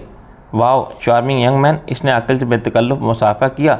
मैंने कहा, और ये एनी है मेरी बहन, कल इसकी आकिल से शादी हो रही है और ये ज़रा कम तजर्बाकार सहाफ़ी हैं, लेकिन ये दोनों मिलकर अब अपना अखबार निकालेंगे। शेरी के साथ रोशनी का रंग कुछ फीका पड़ गया और ये शेरी ने मेरी तरफ से हाथ बढ़ाया। बताने की ज़रूरत नहीं, मैं समझ गई। आजकल तो इसके साथ रहती है। इसने बड़ी बेशर्मी से मुझे आँख मारी। मैंने कहा, मेरा नाम शाह आलम है। इसकी भौहें खिंच गई। तुम्हें कहाँ देखा है पहले? क्या हम मिल चुके हैं? कोई चांस नहीं। फिर ऐसा क्यों लगता है कि मैं जानती हूँ तुम्हें? मैंने कहा, हज़ारों नहीं लाखों लोग मुझे जानते हैं, शायद करोड़ों, क्योंकि मैं पाकिस्तान की सियासी ज़िंदगी में एक पार्टी सरबराह की हैसियत से अपनी शनाख्त रखता था और असम्बली का मेंबर था। आई सी, शायद यही वजह होगी मैंने तस्वीरें देखी होंगी तुम्हारी। शेरी बड़े इत्मीनान से टांग पर टांग रख के बैठी तो मेरे लिए सामने देखना वो दो भर हो गया, क्योंकि वो सवा गज के कपड़े में पूरे होने वाली मिनी स्कर्ट में थी, जो ऊपर से भी इतना खुला हुआ था और इस पर जामे से बाहर होने का मुहावरा सादिक आता था और हर पहलू से, लेकिन ख़ुद इससे कोई परेशानी नहीं थी, बल्कि उल्टा वो मेरी परेशानी से मुतमईन और शादा फरहां थी। अचानक आकिल उठ खड़ा हुआ। चलो भाई उठाओ ये सब सामान, इसे मेरे अपार्टमेंट छोड़ाते हैं अभी। एनी ने बड़ी फरमाबरदारी से तामील की। हो सकता है वापसी में देर हो जाए भैया, और बहुत सारे काम कुछ निपटाने हैं आज ही। मैं समझ गया कि वो मज़ीद ख़राबी और तलखी से गुरेज पा है। बड़ी होशियारी से आकिल ने मुझे पैगाम दे दिया था कि मुझे मिलना हो तो वहाँ कहाँ होंगे। रोशनी तो इनके फ़रार से कुछ मायूस हुई, लेकिन शीरी ने इस तर्ज़ अमल पर कोई तौहीन महसूस नहीं की थी। वो इसी अदाए दिलबरी के साथ खुद नुमाई में मगन रही। मैंने कहा, चलो मैं यह सामान बाहर पहुँचा दूँ। मैंने एनी के हाथ से आधे बंडल ले लिए। रोशनी मेरी चालाकी को समझ गई। शीरी तो बैठ, मैं आती हूँ। इन्हें सी ऑफ करके वो हमें तन्हाई में कोई बात करने का मौका फराहम करना नहीं चाहती थी। बाहर जहाँ आकिल की कार खड़ी थी, एनी ने अपना बोझ भी मुझे थमा दिया और ख़ुद आगे बैठ के लिए रुक गई। आकिल पीछे डिक्की खोलने लगा तो मैं भी पीछे गया और रोशनी साए की तरह मेरे साथ ही रही, ताकि मुझे अकेले में आकिल से कुछ कहने की मोहलत ही ना मिले। मगर मैं घूमकर दूसरी तरफ चला गया। आकिल डिक्की खोले मेरे और रोशनी के दरमियान हायल था। मौका पाते ही मैंने एनी से कह दिया, मैं अभी आता हूँ तुम्हारे पीछे पीछे, और बंडल आकिल को पकड़ाने लगा। रोशनी के कानों तक मेरी सरगोशी नहीं गई। अंदर आने से पहले मैंने रोशनी से कहा, अपनी इस बहन से कहो कि ज़रा शराफत से बैठे मेरे सामने। वो बदमाशी क्या दिखा रही है? रोशनी ने ज़बरदस्ती इसकी वकालत की। मैंने कहा, अच्छा फिर इससे कहो कि ये बालिश फिर कपड़े फिर उतार फेंके, हो जाए नंगी, मैं चला जाता हूँ। शेरी अब घूम फिर के घर देख रही थी। रोशनी, इस मरतबा बंदा तो अच्छा पकड़ा है तूने, माल बहुत होगा इसके पास। पाकिस्तान के सियासतदान तो असम्बली की मेम्बरी को सोने के कान समझते हैं। मैंने कहा, पाँचों उंगलियाँ एक बराबर नहीं होती। कहका मार के हंसी, खाते वक्त तो हो जाती है ना, और पाकिस्तान में सब खा रहे हैं, खूब खा रहे हैं दोनों हाथों से। रोशनी का, शीरी हम भी शादी कर रहे हैं कल। मैंने फ़ौरन तरवीद की, अभी ये फ़ैसला नहीं हुआ, तेरे आने से पहले यही बहस चल रही थी। रोशनी ने कहा, तो सुन सारी बात और मुझे बता।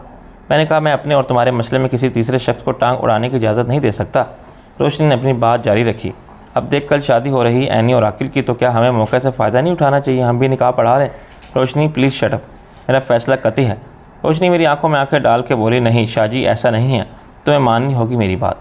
मेरा पारा चढ़ गया, और मैं ना मानूँ तो क्या करोगे तुम? वो बेखौफी से बोली, तुम्हें पता चल जाएगा। मैंने धाड़ के कहा, मैं किसी धमकी में आने वाला नहीं हूँ, तुम कुछ भी करके देख लो। वो चिल्लाने लगी, तुम पछताओगे शाहजी, मुझे पछताना मंजूर है, मैं वर्स्ट के लिए तैयार हूँ रोशनी, लेकिन तुम अपना सब कुछ गंवा दोगे। शीरी ने सूरत हाल की नज़ाकत को समझ लिया। वो उठ के हमारे दरमियान आ गई। उसने हम दोनों को धकेल कर दूर दूर बिठा दिया।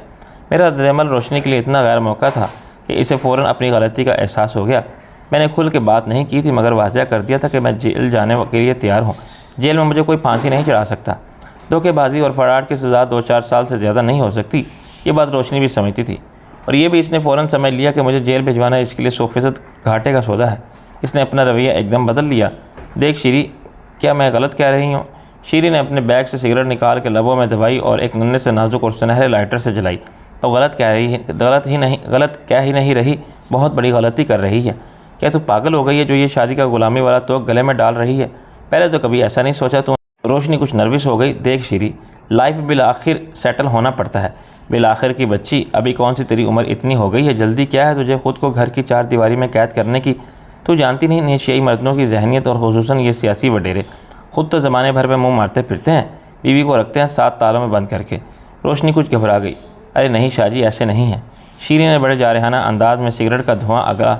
ये पहले कहाँ पता चलता है बेवकूफ़, और बाद में कुछ हो नहीं सकता, इसलिए सोच ले। सब सोच लिया मैंने। फिर भी जल्दी मत कर, अभी आज़ादी को एंजॉय कर। जब ऐसा लगे कि अब कोई काट का उल्लू नहीं फंस रहा अच्छी नस्ल का, तो अपनी शराइत पर शादी भी कर लेना। मैंने तंज से कहा, तुम्हारी बहन बड़ी तजर्बाकार है। शीरी ने मेरे तंज को ज़रा भी अहमियत नहीं दी। तू जानती है मैं इन औरतों में से तो हूँ नहीं जो जवानी में ही फ़िक्र करने लगती हैं कि बुढ़ापा कैसे गुजरेगा। इस वक्त अपना शोहर अपने बच्चे नहीं होंगे तो कौन साथ होगा?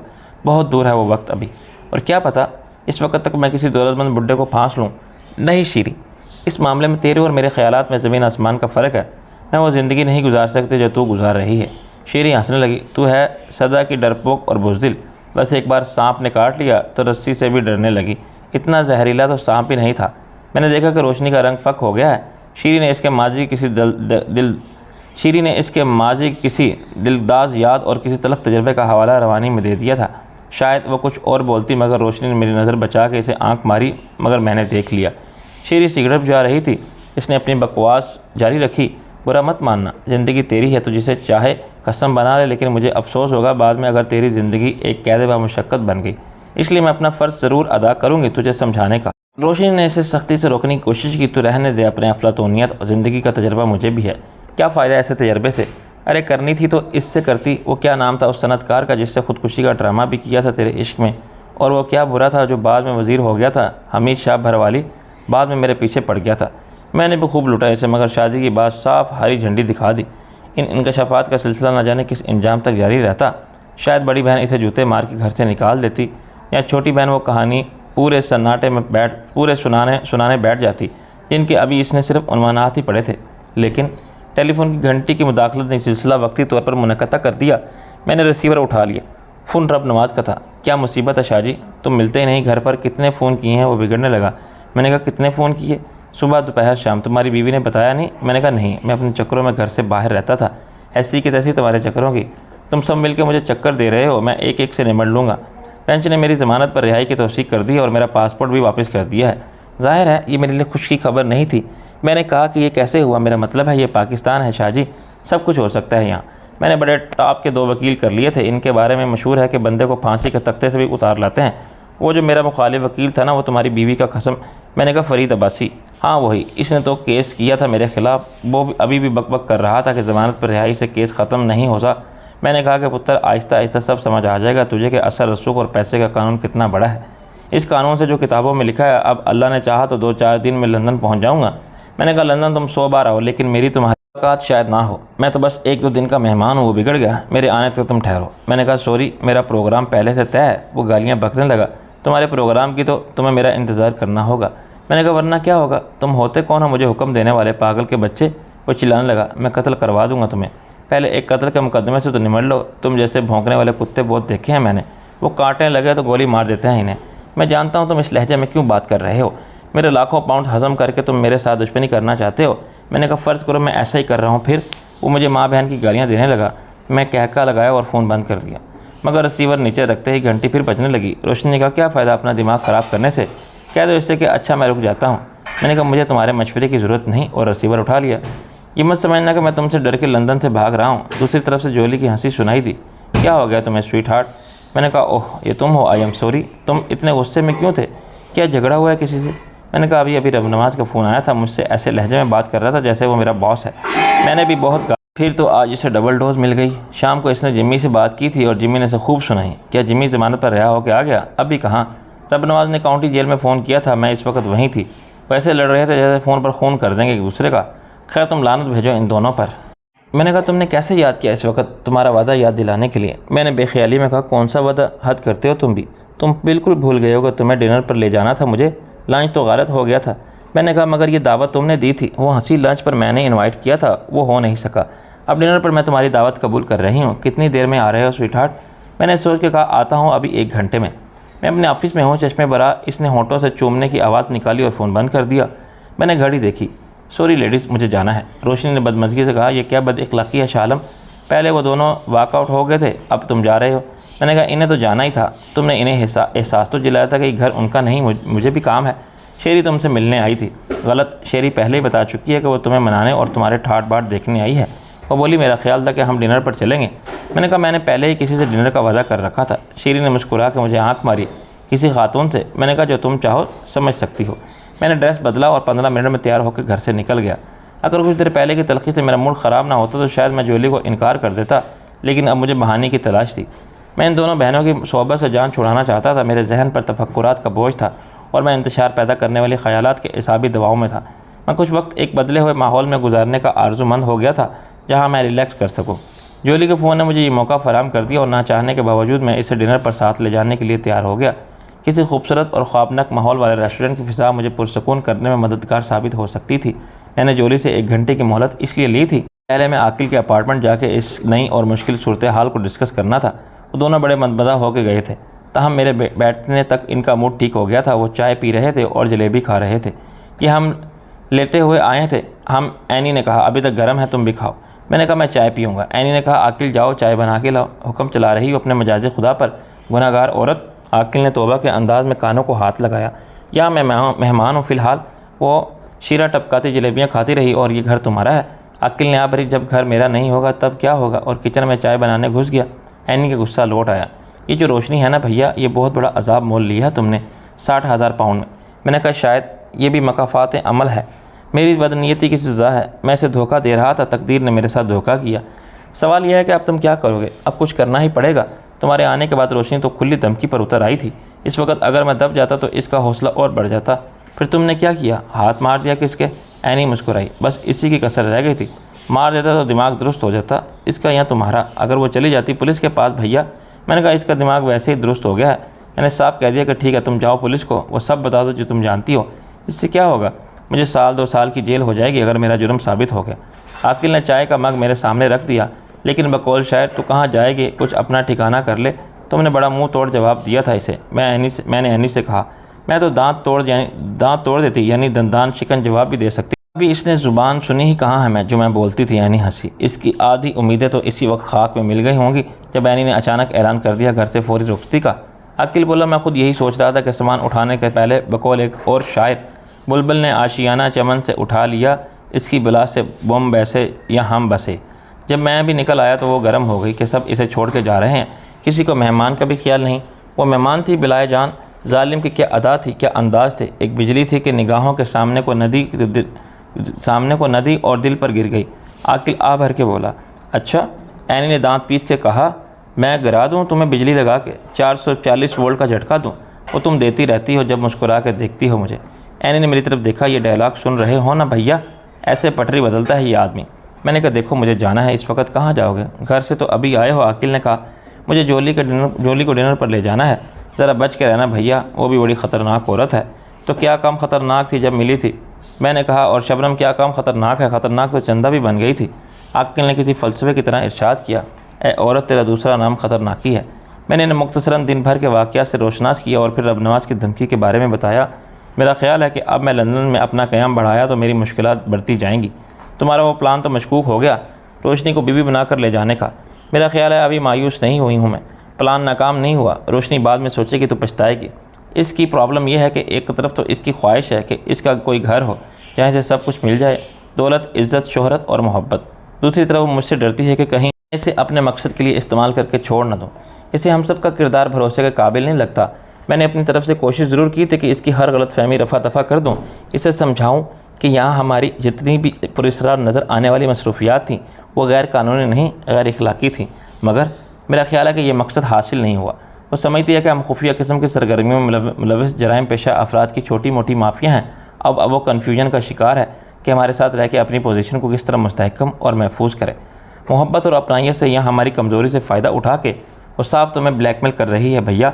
इसे बहुत जल्द अंदाज़ा हो जाएगा, बल्कि हो गया है किसी हद तक। मैं धमकी या धौंस में आने वाला नहीं हूँ। अब वो अपना रवैया बदलेगी, वो मेरा साथ देगी। इसकी बहन तो बड़ी लोफर है, एनी ने कहा।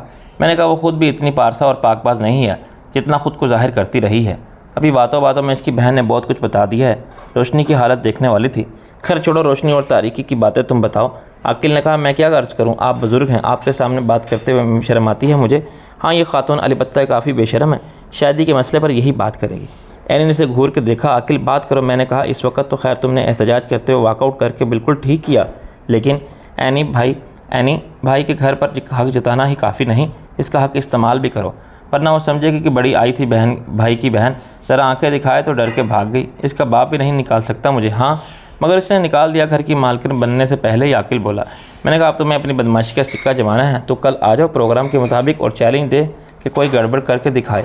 और इसने ऐन वक्त पर हंगामा खड़ा कर दिया। फिर एनी बोली, मैंने कहा, तुझे भरोसा नहीं है अपने भाई पर। आकिल खान, तुम आओ बारात लेकर और एनी को ले जाओ, लेकिन अगले दिन अपना ये अपार्टमेंट खाली कर दो। तुम्हें कुछ अरसा वहाँ रहना है जहाँ हमारे नवाज़रात का सारा ज़ख़ीरा पड़ा है। हमने वो मकान किराए पर लिया है। इसके बाद मालिक मकान खातून से मुलाकात नहीं हुई। मैं एक बार गया था, वो मिली नहीं थी। एनी ने कहा, ये तो हम भी तय कर चुके थे। मैंने कहा, कुछ अरसे बाद जब नवाज़रात का ज़ख़ीरा पाकिस्तान पहुँच जाए तो तुम्हारी मर्ज़ी है, जहाँ चाहो रहो। ज़िंदगी तुम्हारी अपनी है, मुस्तकबिल तुम्हारा है। एक शोहर का क्या मुस्तकबिल होता है बीवी की ग़ुलामी के सिवा। मैं तो पैदाइशी जन्मदीद हूँ, मेरा सिर्फ माजी है। ज़रा ड्रामे मत बोला करो हर वक्त। एनी मुस्कुराई। इन्होंने आज बड़ा एक काम किया है भैया। मैंने कहा, ज़रा मैं भी तो सुनो। इन्होंने एक अखबार का सौदा कर लिया है। पाकिस्तान के एक साबिक वज़ीर निकालते थे जो यहाँ जिला वतनी की ज़िंदगी गुजार रहे हैं, शौकिया। इनके वापस वतन जाने पर कोई पाबंदी नहीं, मगर वो सियासी बयानात से वावेला करते रहते हैं कि वतन में सियासी मुखालिफ इनके अदालती कत्ल के लिए तैयार बैठे हैं। मैंने कहा, बड़ी रवानगी से बोलने लगी है तू। वो हंसी। तुम देखना, इतनी ही रवानी से अंग्रेज़ी भी बोलोगी मैं, और सहाफ़त मेरा नाम इनसे ऊँचा होगा। लोग कहेंगे, अच्छा वो आकिल, एनी के मियाँ, तेरे लक्षण तो ऐसे हैं अभी से कि मुझे लगता है तू सहाफ़ी नहीं मॉडल बन जाएगी। अखबार चलता है। आकिल बोला, पहले दौड़ता था फिर चलने लगा, अब घिसट रहा है। इसे धक्का देकर स्टार्ट करना पड़ेगा अभी तो। दरअसल मालिक को सहाफ़त का कोई तजर्बा नहीं है, इसलिए तो अपने लिए ख़ुद भी एक सियासी भोंपो ईजाद कर लिया है। इसकी टीम में एडिटर की जगह नाम लिखा हुआ है मौसूफ़ की इस बेगम के भाई का जो लंदन में है। काम करता था न्यूज़ एडिटर, और वो वाकई काम का आदमी था, मगर इस अखबार ने इसे भी निकम्मा कर दिया। इसने पहले अखबार को अखबार की तरह चलाया, मगर बाद में जब इसने देखा कि इसकी अक्ल और तजर्बे की कदर कोई नहीं, तो वो भी प्रोफेशनलिज्म भूल गया। चलो तुम इधर को हवा हो जिधर की। इसने इसमें अपना फ़ायदा देखा। अखबार की अशात कम होने लगी है। वज़ीर साहब ने कहा है कि लंदन में होने का कुछ फ़ायदा होना चाहिए। अखबार को पाकिस्तान हिंदुस्तान की फ़िल्मी ख़बरों, स्कैंडल्स और ऐसी तस्वीरों से भर दिया गया कि खुदा की पनाह। मगर यहाँ ऐसे चीथरे अखबारों की कोई कमी नहीं। ऐसे भी हैं जो सोफिस्टिक अरियाँ तस्वीरें छापते हैं और फिर भी फ़रोख्त नहीं होते। झूठे स्कैंडल्स और ब्लैकमेलिंग वाली खबरें यहाँ चलती नहीं। साल भर से अखबार खसारे में था और स्टाफ परेशान था कि अखबार बंद हो गया तो कहाँ जाएंगे। मैंने मौका से फ़ायदा उठाया। वज़ीर साहब तो चाहते थे कि मलकियत इन्हीं के रहे और मैं अखबार को अपनी पॉलिसी के तहत आज़ादाना चलाऊँ, मगर मैंने नक्का सौदे की बात की। इनकी लंदन वाली बीवी का भाई मेरे काबू आ गया। मैंने इसे गोली दी कि एडिटर की जगह बदस्तूर इसका नाम आता रहेगा। अगर अखबार का पब्लिशर मैं बन गया। वो मुझसे ज़्यादा वाकिफ़ नहीं था। इसने सोचा होगा कि जैसे जीजा जी बस मालिक थे, ऐसे ही मैं भी मालिक ही रहूँगा। सब कुछ वैसे ही चलता रहेगा जैसे चल रहा है। उल्लू का पट्टा एडिटर की औलाद मुझसे कहने लगा कि 7 साल का तजर्बा है मेरा। जीजा जी का तो नाम भी कोई नहीं जानता लंदन में। हर जगह मेरी दाग बैठी हुई है। मैंने कहा कि इसीलिए तो मैं तुम्हें मदीर आला बनाना चाहता हूँ। बस तुम अपने बहनोई साहब को कायल करो कि छोड़ें इस खसारे के काम को। इसने शायद अपनी बाजी को अपनी पट्टी पढ़ाई और बाजी ने बाबा साहब को कायल कर लिया। 20,000 पाउंड में बात बन गई। मैंने कहा, यह कुछ ज़्यादा नहीं है। ज़्यादा तो है, मगर एक तो यहाँ उर्दू के चलते हुए अखबार का क्लियरेशन मिलता नहीं, और दूसरे अखबार का ऑफिस बड़ी सही जगह पर है, तीसरे वेल फर्निश्ड है, और चौथी वजह मैं बता नहीं सकता। एनी ने कहा, मैं बताती हूँ। जो इस तकबालिए पर बैठी है ना हराफा, वो तुम्हारी रोशनी की बहन से कुछ कम नहीं है। आखिर तुम एहसास कमतरी में क्यों मुब्तला हो जाती हो इतनी जल्दी? अब खुदा ने तुम्हें जैसी सूरत दी है, जैसा भी रंग रूप दिया है, बस ठीक है। हम तो दिल पर जबर करके तुम्हारी तारीफ़ भी करते रहते हैं। एनी ने कहा, तुम देखना, सबसे पहले इसकी छुट्टी न की तो। आकिल ने मेज़ पर मुक्का मारा। तुम्हारा तो बाप ही इसे नहीं बुला सकता अपनी जगह से। तुम फिर बाप पर तक गए। ओके, तुम्हारा दादा भी इसे कुछ नहीं कह सकता। सबसे पहले मैं इसे तरक्की देकर बनाऊंगा अपनी सेक्रेटरी, फिर अपने कमरे में बिठाऊंगा अपने सामने। तुम्हारे सामने तो मैं बैठूंगी ये जूती लेकर। एनी ने जूती उठा ली। हाँ, तुम जूतियाँ उठाने के काबिल हो, यही काम ठीक है तुम्हारे लिए। मैंने कहा, अब तुम इत्मीनान से लड़ो, यहाँ मुदाखलत करने वाला कोई नहीं, मैं चलता हूँ। जोली के ऑफिस तक जाते हुए मैं नाटन बार से गुजरा तो नक्शा दोपहर के मंजर से बिल्कुल मुख्तलिफ था। हाल में शराब पी के बातें करने वालों और कहके लगाने वालों का शोर था। औरतों की हज़ियानी चीखों का शोर था और कान फाड़ देने वाली मौसीकी का शोर था। स्टेज पर 4 लड़कियां एक हफ्शी के साथ रक्स कर रही थीं। चारों लड़कियों के लिबास कपड़े की 1 इंच चौड़ी झिलमिलाती रंगीन रिबन जैसी पट्टियों से बनाए गए थे, जो ऊपर से नीचे इनके बदन पर महज चिपका दी गई थी। चुनांचे जब वो रक्स करते हुए दाएं बाएं या ऊपर नीचे होती थी तो इस हरकत से इनके जिस्म के सारे हिस्से बड़े हैजान अंगेज अंदाज में झलकते थे। हबशी मर्द बड़ा कद आवर और तनोमंद था। इसने सिर्फ एक शलवार किस्म की चीज़ पहन रखी थी जो घुटनों से ज़रा नीचे ख़त्म हो जाती थी। ऊपर इसका स्याह चट्टान जैसा सीना और फौलादी बाजू पसीने या तेल से चमक रहे थे और हाल की सब औरतों की हौसनाक नज़रें इसके बदन पर निछावर हो रही थी। जोली अपने दफ्तर में बास बन के रहने की ज़रूरत को समझती थी, चुनांचे दिन में भी कोट उतार के रखने से पहले इसका लिबास मुकम्मल था। इस वक्त भी वो माकूल कपड़ों में थी और किसी मुलाजिम को डांट रही थी। मेरी वजह से इस मुलाजिम की खलासी हो गई थी। जोली ने मुस्कुरा कर मुझे वेलकम कहा। तुम बड़ी तैयारी से आए हो, मेरे लिए बड़ी खुशी की बात है, लेकिन मैं तैयार नहीं हूँ, मुझे कपड़े बदल लेने दो। मैंने कहा तुम इस लिबास में भी अच्छी लग रही हो। इसने कहा तुम आज कहाँ ले जाओगे मुझे? मैंने कहा दी चॉइस इज़ योर्स। ओके, तुम चाहो तो अंदर भी आ सकते हो, वरना यहाँ बैठो 10 मिनट के लिए। मैंने कहा तुम्हारे 10 मिनट कितने होते हैं? 60 या 70 या इससे भी ज़्यादा। वो लहरा के पलटी और हंसी। अपनी घड़ी देख लो, 10 मिनट बाद मुझे देखना अपने सामने। वो वाकई ठीक 10 मिनट बाद नमदार हुई, मगर इस शान से कि मैं वाकई देखता रह गया। इसने सियासी मखमल जैसे कपड़े का स्कर्ट पहन लिया था, जो न सिर्फ ये कि लंबाई में घुटनों से 1 बालिश ऊपर था, बल्कि आगे पीछे से और यानी कि आखिरी हद तक खुला हुआ था। इसने अपना हेयर स्टाइल भी बदल दिया और कानों में झिलमिलाते हीरों के टॉपर्स के साथ एक मैच करता हुआ खैरकुन नेकलेस भी पहन लिया था। मेरे जैसे रिवायती पाकिस्तानी के लिए ऐसी किसी औरत के साथ बाहर जाना भी बड़े शर्म की बात थी, मगर यहाँ के अदब अदाब और माशरती तकाज़े कुछ और थे। वो मुजस्सम नाज बनी मुंतज़र खड़ी थी कि मैं इसके अंदाज़ हुस्न को खराज तहसीन पेश करने के लिए इखलाकी फरीज़ा पूरा करूँ। मैं बादिल नाख्वास्ता ऐसे उठा और आगे बढ़ा जैसे मैं महसूर हो गया हूँ। मैंने कहा तुम क़यामत खेत लग रही हो। इसने खुश होकर अपना एक बाजू बड़ी नज़ाकत से आगे बढ़ाया और मैं मजबूर हो गया कि एटिकेट्स का मुजाहरा करते हुए अपना बाजू इसमें हमायल कर दूँ। इसने गाड़ी की चाबी मुझे थमा दी। क्या ख्याल है चलें? मैंने इसे अपने हाथ साथ बिठाया और दरवाज़ा बंद करके ड्राइविंग सीट पर आ गया। मेरी बदकिस्मती कि जोली ने भी डिनर के लिए इस सतह आप वहाँ फ्लोटिंग रेस्टोरेंट का इंतखाब किया जहाँ मैं रोशनी को ले गया था। मैंने कहा वहाँ जगह पहले से बुक करानी पड़ती है। वो मुस्कुराई। मुझे मालूम है, मैंने शाम से पहले ही रिजर्वेशन करवा ली थी। मैंने महसूस किया कि जैसे मैं आसमान से गिरकर खजूर में अटक गया हूँ। जोली के साथ मैं सुकून के साथ कुछ वक्त गुजारने आया था, मगर इसके तेवर कुछ और थे। वो अपनी तमाम तर क़ुव्वत तस्खीर मुझ पर आजमाने के लिए तैयार थी और मैं आहिस्ता आहिस्ता दूसरी किस्म की टेंशन में मुब्तला होने लगा था। दरिया में तैरते झिलमिलाती रोशनियों और दिलावेज़ मौसीकी बखेरने वाले इस अलिफ लैला की रेस्टोरेंट का माहौल भी बड़ा पुरमान और पुरवर था, जो इंसान के हवास पर नशा सतारी कर देता है। शायद मैंने जोली के साथ यहाँ आके गलती की है, मैंने सोचा, और इस ख्याल ने मुझे पूरी तरह चौकस और मोहतात कर दिया। मैंने जोली के जारहाना अज़ाइम के सामने एक मजबूत दिफाई अंदाज इख्तियार कर लिया। इसने दलील और इल्तजा और हुक्म हर तरह से मुझे एक जाम कबूल करने पर आमादा करने की कोशिश की, मगर मैंने इसे धमकी दी कि इसने ज़िद की तो मैं डिनर छोड़ के चला जाऊँगा। ख़ुद इसने आला तरीन शराब मंगवाई। मेरे हिसाब से इसने बहुत पी, मगर वो आउट नहीं हुई। शायद वो कम नशा आवर शराब थी या फिर इसकी बर्दाश्त की हद बहुत आगे थी। आधी रात के बहुत बाद जब हम वापस हुए, इस वक्त वो जोली पर नशे का असर गालिब नहीं था। सिर्फ इसकी हंसी और इसकी ज़ुबान की खफीफ सी लुकनत में शराब झलकती थी। वो मुझ पर गिरी जा रही थी।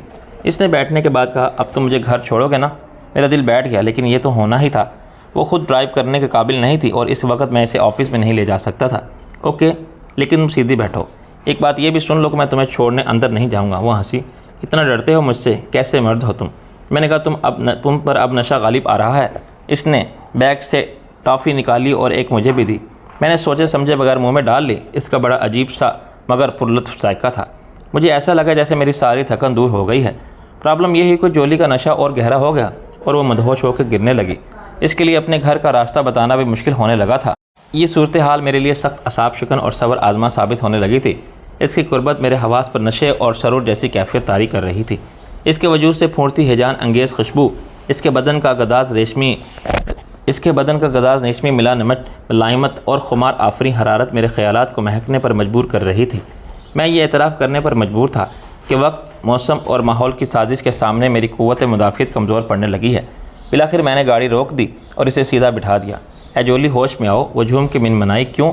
क्या ज़रूरत है होश में आने की? मैंने इसके रुखसारों पर थपकी दी। कम ऑन, आँखें खोलो, मेरी तरफ देखो। इसने आँखें नहीं खोली। मैं ऐसे भी देख सकती हूँ तुम्हें। मैंने कहा, जोली खुदा के लिए मुझे बताओ तुम्हें जाना कहाँ है? वो रुक रुक के बोली, जाना तो हम दोनों का है, मुझे तुम्हारे साथ, तुम्हें मेरे साथ। मैंने कहा, लेकिन कहाँ? पता बताओ अपना। मेरा पता तो वही है जो पहले था, मगर पहले मैं वहाँ मिलती कब थी? आज मिलूँगी, बस तुम आ रहे हो ना, मैं इंतज़ार कर रही हूँ तुम्हारा। वैसे बोलने लगी जैसे मुझसे टेलीफोन पर मुखातिब हो। मैंने इसका बैग ले लिया। सीट पीछे की सुकून से लेटी रही। अब वो पूरी तरह नशे में डूब चुकी थी। बैग में बहुत कुछ था, मेकअप का सामान, खासी तादाद में कैश, कुछ हल्की पुल्की बेशकीमत jewellery, chequebook, credit cards, electronic telephone, diary. लेकिन मैं किसी कार्ड या बिल की तलाशी में था जिस पर इसके घर का पता हो। अचानक मैंने एक पुलिसमैन के सर को अपने चेहरे से चंद इंच के फासले पर देखा। गुड नाइट सर, क्या मैं पूछ सकता हूँ कि आप क्या कर रहे हैं? मुझे इसका लहजा शाइस्ता होने के बावजूद नागवार गुजरा। ऑफिसर, मैं वही कर रहा हूँ जो तुम्हें नज़र आ रहा है। इसने सर हिलाया। तुम इस खातून के बैग में से कुछ निकाल रहे हो? और ख़ातून बेहोश है, वो बोला। ख़ातून नशे में है, मैंने इन्हें बेहोश नहीं किया है। इसने कहा, ये तो खैर पता नहीं, लेकिन तुम किस चीज़ की तलाश में है आखिर?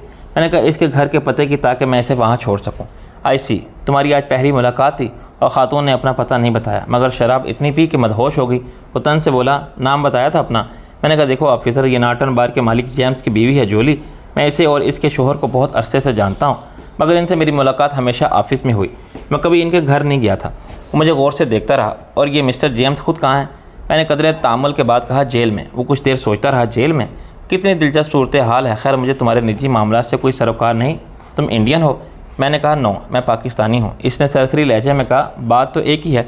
मैंने मताना से इसे टोका, नो ऑफिसर, ये एक ही बात नहीं है। अगर मैं तुम्हें स्कॉट या आयरिश कहूँ तो क्या ये एक ही बात होगी?